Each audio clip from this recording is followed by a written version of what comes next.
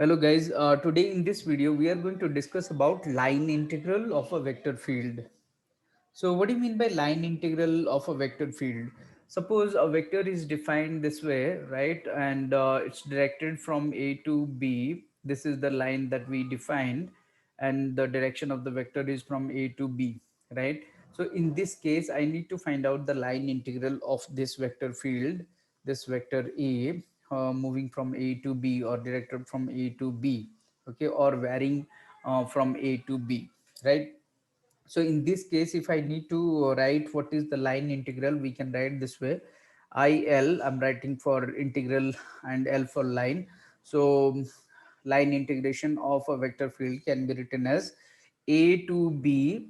Actually, the vector field is varying from A to B. It's moving from A to B. And what is the vector? The vector is a vector that we defined. And dot dl I wrote, where this dl is actually a vector length element along the given path from A to B, right? So what do you mean by this dl? Actually, dl, here you can see these are the small length elements, right? Here, so the magnitude here is, you can see dl is very small, infinitesimally small. It approaches to zero, right? And also same thing can be shown. For example, I will show you that the coordinates that we defined for A and B suppose are the same, okay. And suppose I will define another path something like this, okay, but the value of A and B are still the same, right? Here if you want to integrate it, then again you need to take the length element like this dl, small length elements, vector length elements. We said, as we said, dl is a vector and we defined it to be a vector length element, okay. What will be the direction of that vector at any point if you want to find out? So as we know, dl approaches zero, it can be squeezed to a small, like, point here for this value of dl, and then you draw a tangent at that point, okay, because it is directed from A to B. So always, direct outward, like, from A towards B, that way. So suppose here you will take another point, like, you draw a tangent at that point.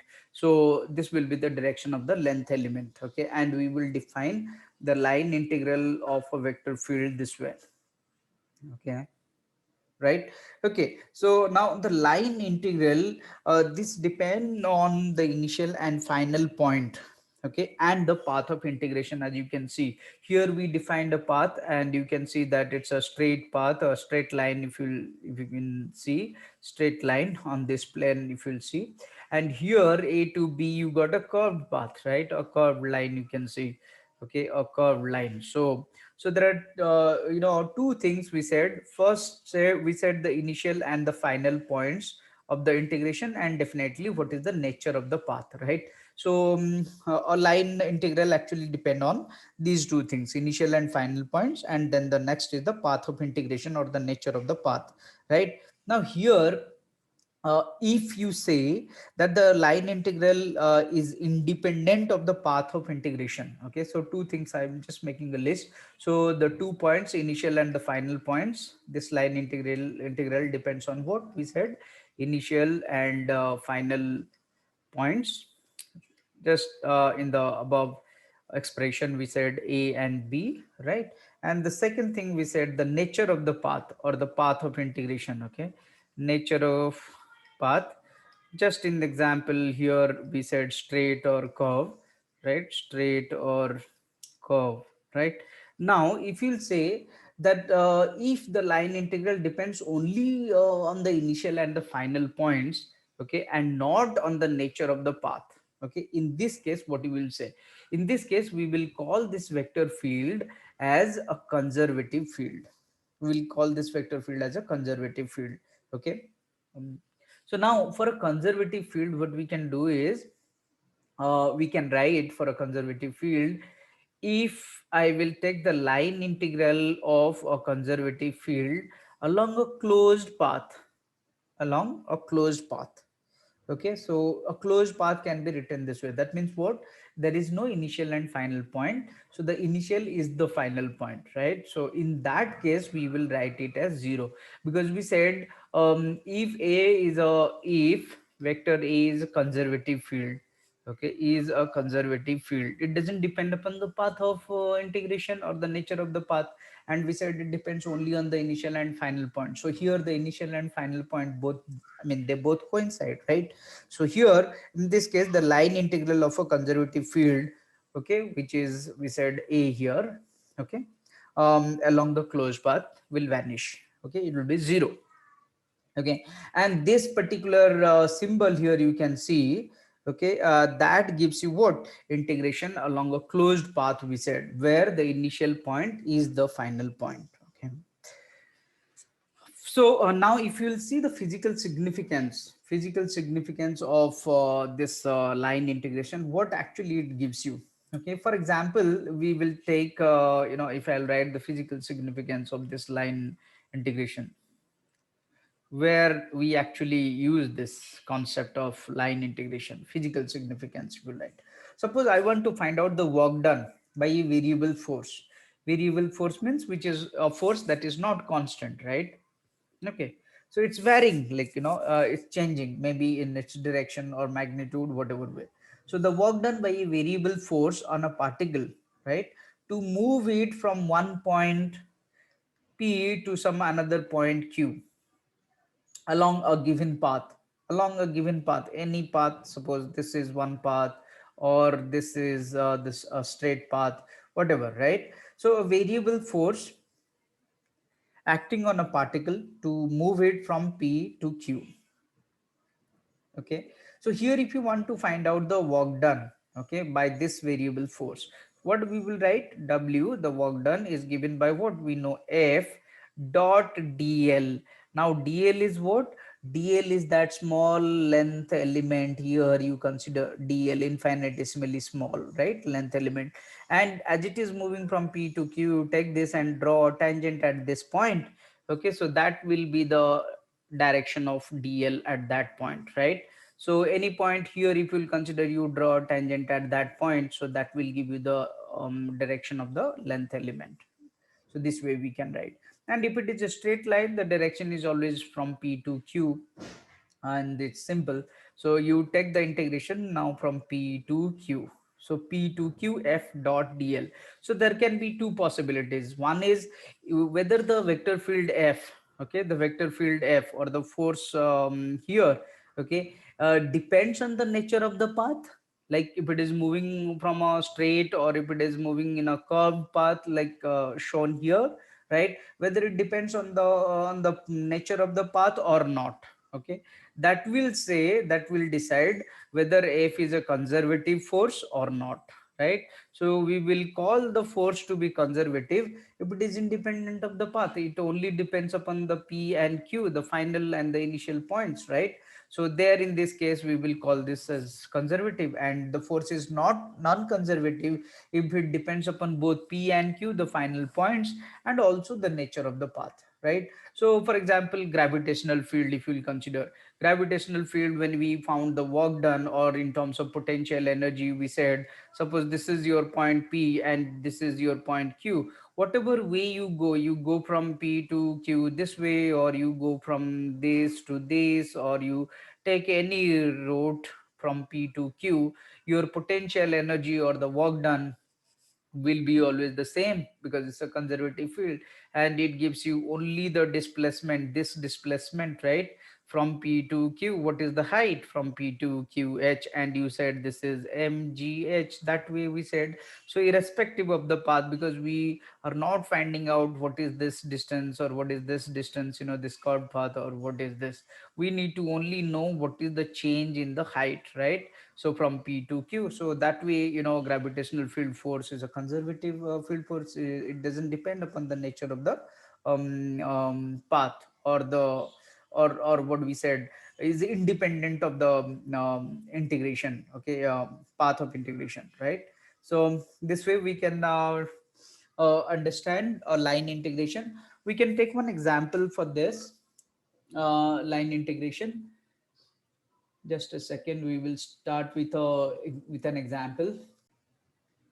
Suppose we are going to find out a line integration given by this way, a dot dri wrote, okay, and here the points are given 0 0 to 1 2. We are going to evaluate this okay, along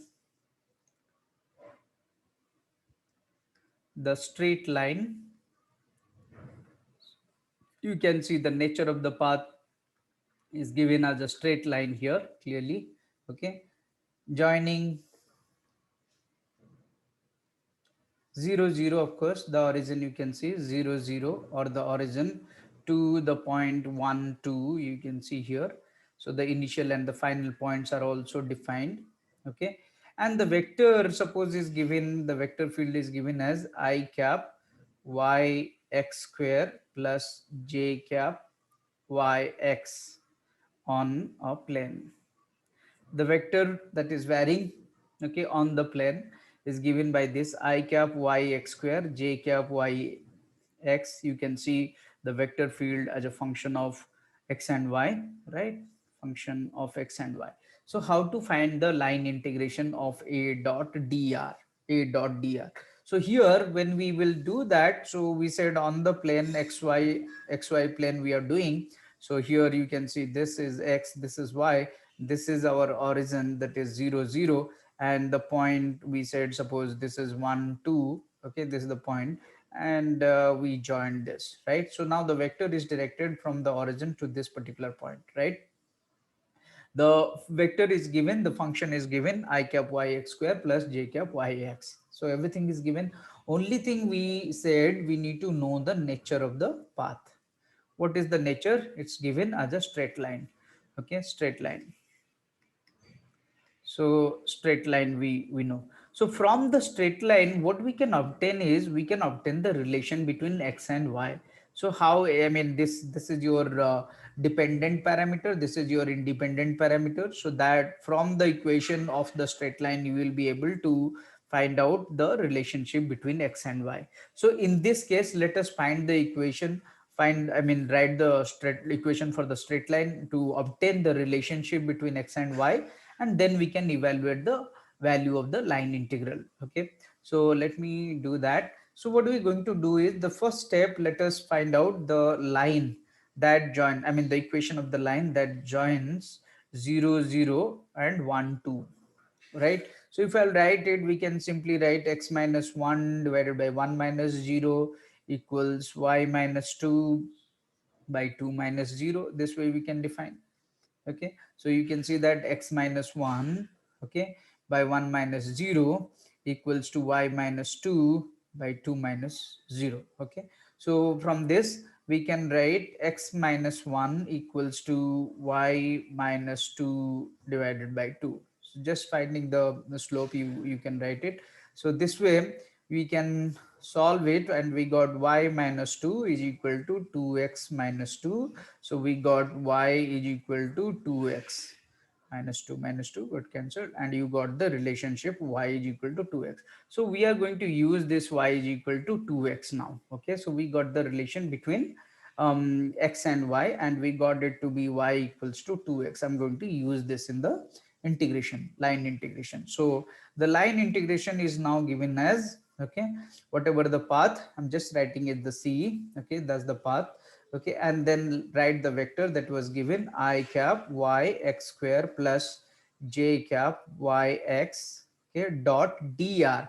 Dr is nothing but I cap dx plus j cap dy, right?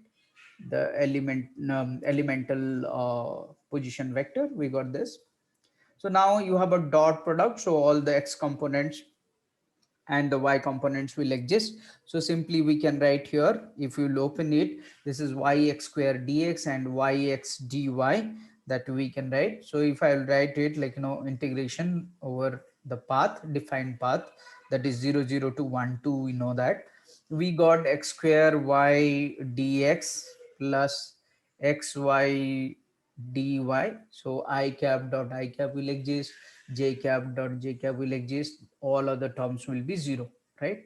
So the dot product, we know that, okay. So this is what we got. Now if you want to open it and integrate it, so we need to, dx is the variable. So dx varies from what, when we wrote 0 0 to 1 2, x you can see varies from or changes from 0 to 1, and y changes from 0 to 2. So here dx, the variation of x, we are saying dx means the variation of x. So I can write what, how x varies from 0 to 1, right? Let us write that and substitute the value x square. And for y, we got the relation y is equal to 2x, so x square y I will write in terms of 2x, because the variable here is dx, so everything I need to write in terms of x. Okay, plus y varies from 0 to 2, just now I said, because dy is the variable here. You can see dy is the y is varying. So here similarly we can write for y I can substitute, sorry, y I need to keep, and x I need to substitute. X is equal to y by 2, so I will substitute y by 2, and then we have y and dy, right? So integration from 0 to 2, evaluate these things. Okay, these are all, definite integrals. The limits are given, so it's easy. 0 to 1, we got 2x cube dx, plus the other one we got 0 to 2, and we got y square by 2 dy.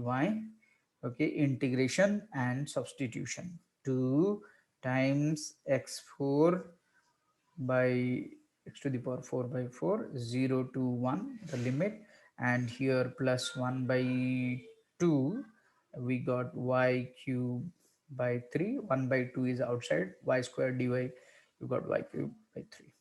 0 to 2, right? Substitute after putting the limits, we can write, this gives you actually 0 0 lower limit, so just substitute 1 here in place of x and 2 here in place of y, and rewrite the value. So 2 into 1 by 4 plus 1 by 2 is already there.